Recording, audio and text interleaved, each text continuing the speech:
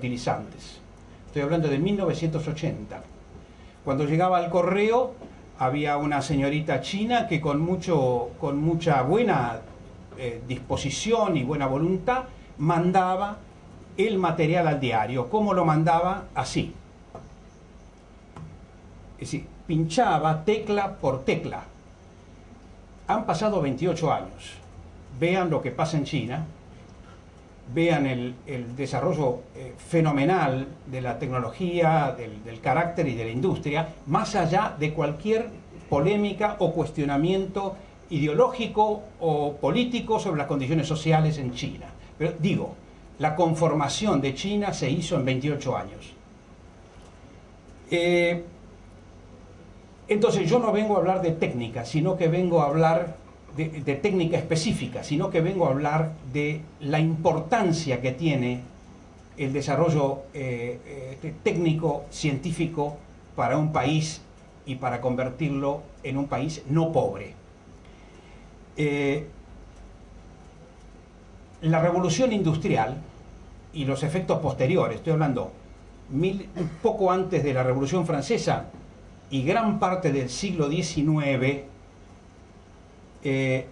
tuvieron un dinamismo muy especial. Ese dinamismo muy especial, dicen los que han evaluado la historia, se debió fundamentalmente, y especialmente en Inglaterra, que era un refugio de disidentes religiosos, a varios elementos. En primer lugar, la gente del campo, al establecer los señores los cercos, pudieron ir a las ciudades, primer elemento.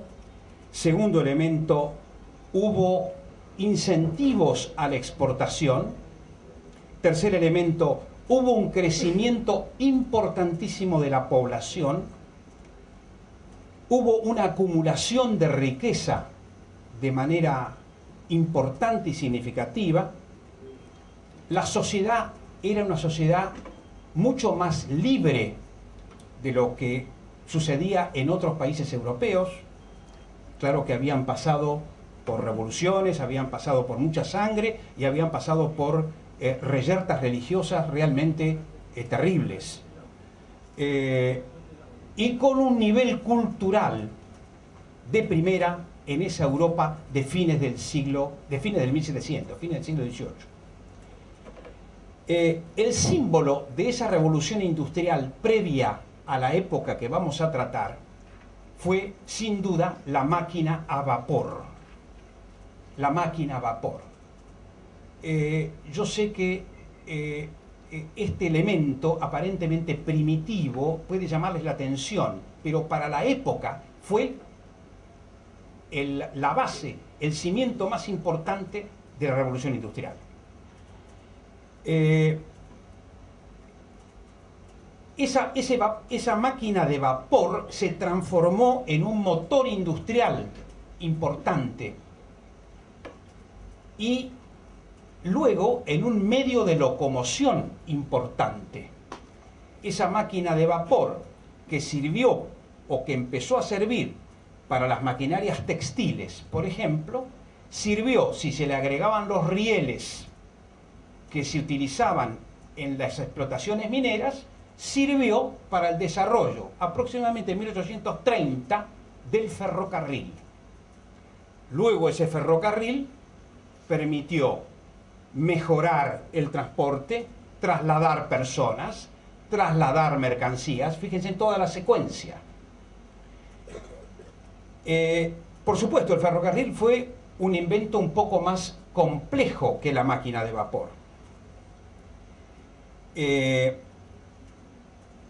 Luego de ese primer paso de la utilización de la máquina de vapor en el ferrocarril, se utiliza la máquina de vapor, la máquina de vapor en las naves de casco, con lo cual se agiliza el transporte marítimo.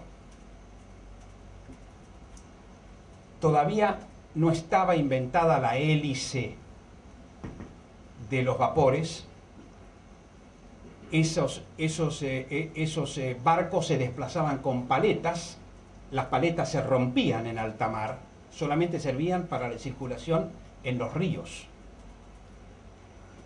La hélice recién va a aparecer en la segunda mitad del siglo XIX, no hace mucho, no hace mucho. Para algunos, el tatarabuelo de muchos de nosotros aquí presentes puede haber visto esta transformación.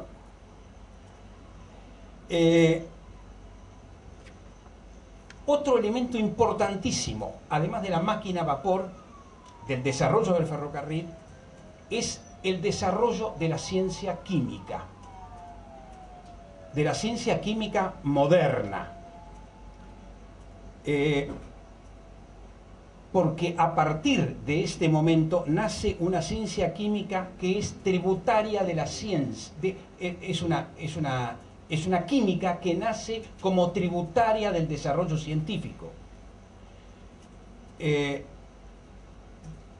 Desaparece la alquimia, desaparece las fórmulas que la tenían 4 o 5 personas para empezar a ser utilizadas masivamente. Esto tiene una importancia muy, muy especial. Ese desarrollo químico va a permitir la utilización de estos elementos químicos, de esta ciencia química, utilizada por empresarios en, por ejemplo, la industria textil.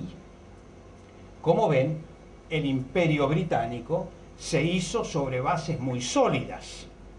No se le ocurrió a un empresario ni a un monarca, fue un desarrollo de una clase social, de un grupo emprendedor y decidido a un crecimiento sostenido del país.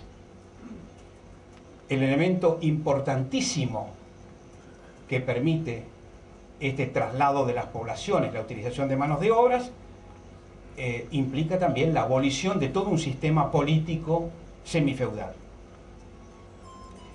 El siglo XIX, a lo largo de 1800, es también el primer período en el cual la agricultura se tecnifica.